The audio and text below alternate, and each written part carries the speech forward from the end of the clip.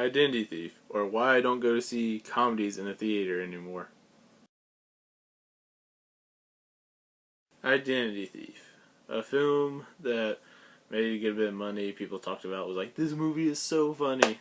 Well, guess what? It's not really. But let's take this objectively. Let's start with the direction of this movie. The director is Seth Gordon, director of Four Christmases, which I'm not a big fan of. I know some people like it. It was funny parts, but not throughout the whole thing for me. But he's also director of Horrible Bosses, which was really hysterical for me. Some people didn't like it, but I just found it hysterical. But in this case, he's directing a film that's like Horrible Bosses. It takes this appealing concept we all want.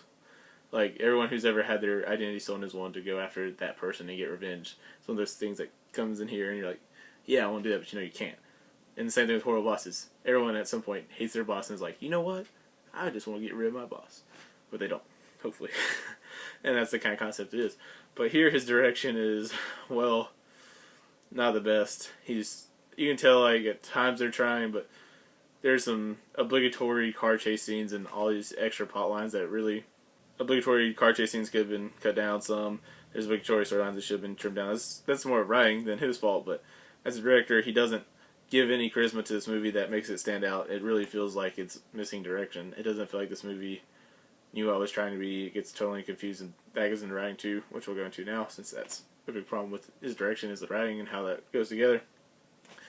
The story is about a guy, your average Joe, who is a worker, and he gets a new job, and he's going to have a great life, but his identity gets stolen because he's a sucker, and he's stupid, and the girl calls him and tricks him and gets his identity. So that happens, and he's going to go after her because his life is ruined, and the police are after him because the person who stole his identity is doing stuff that's illegal.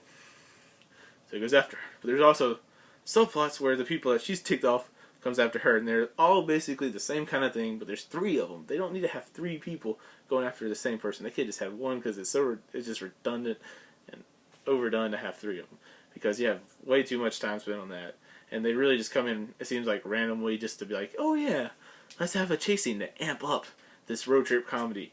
And road trip comedies do not work. I'm sorry, Hollywood. Most of the time they don't. Like, for example, this is like Due Date. It's got talent.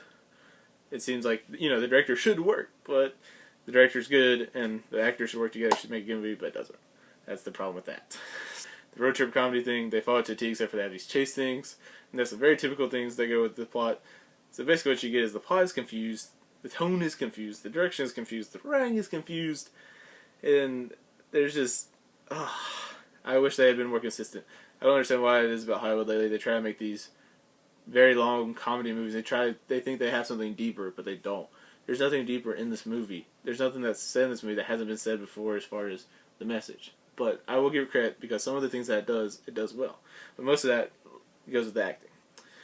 When it comes to the acting, you have Jason Bateman playing the same character he's been playing for like the past I don't know how many years, but it's just ridiculous. I did not like him in this just because he's a jerk, and that's the problem with a lot of the characters. Almost all these characters are jerks. Even Melissa McCarthy's character is a jerk. But then you find out her core, it turns out she has something else to her. Of course, you didn't see that coming. They're going to make you sympathize with her. But I like that because she carries this scene where she's doing a dramatic thing. And yes, you can see it coming. But I did like it because that was the most I felt during the entire movie.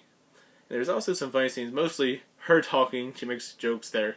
Some of the only quotable parts. And there's random actors in there like Jon Favreau who just shows up and they don't use them at all. And they like show all these other people, they just don't use them. It's like, you wasted so much talent on this movie. You had so much talent to work with. Why did you do this? And there's like the wife, I think the actress's name is Amanda Peet, and she exists solely to be a stereotypical wife. She does nothing. She's a useless character. They easily could have cut her out. There's no need for it. And his kids are cliches too. They're good. They're talented. I've seen them before in other movies, and they have talent. But in this movie, they don't use the talent. In this movie, they have talent, but they don't use it. And that's one of the big problems. But as a whole, this movie does succeed in those areas I mentioned. There are funny parts. There's not a lot of them. Not enough for a 2-hour runtime. This movie is almost 2 hours long, and there's even an extended version. I'm like, no. This movie does not deserve 2 hours long. If your movie has no point, it needs to be an hour and a half and funny if it's a comedy. If it's an action movie, it's somewhere between an hour and a half and 2 hours. This is how it goes. You just have to do that. But it tries to be a comedy and an action movie and a drama, and it doesn't know what it's doing. So in the end, you get this big mess. That being said, I did enjoy Melissa McCarthy, and she saves the day, keeps it from being a total train wreck. But in the end, Identity Thief is only a 1.5 out of 5. It's only potted meat with half of school lunch. It's overrated. It's not that funny.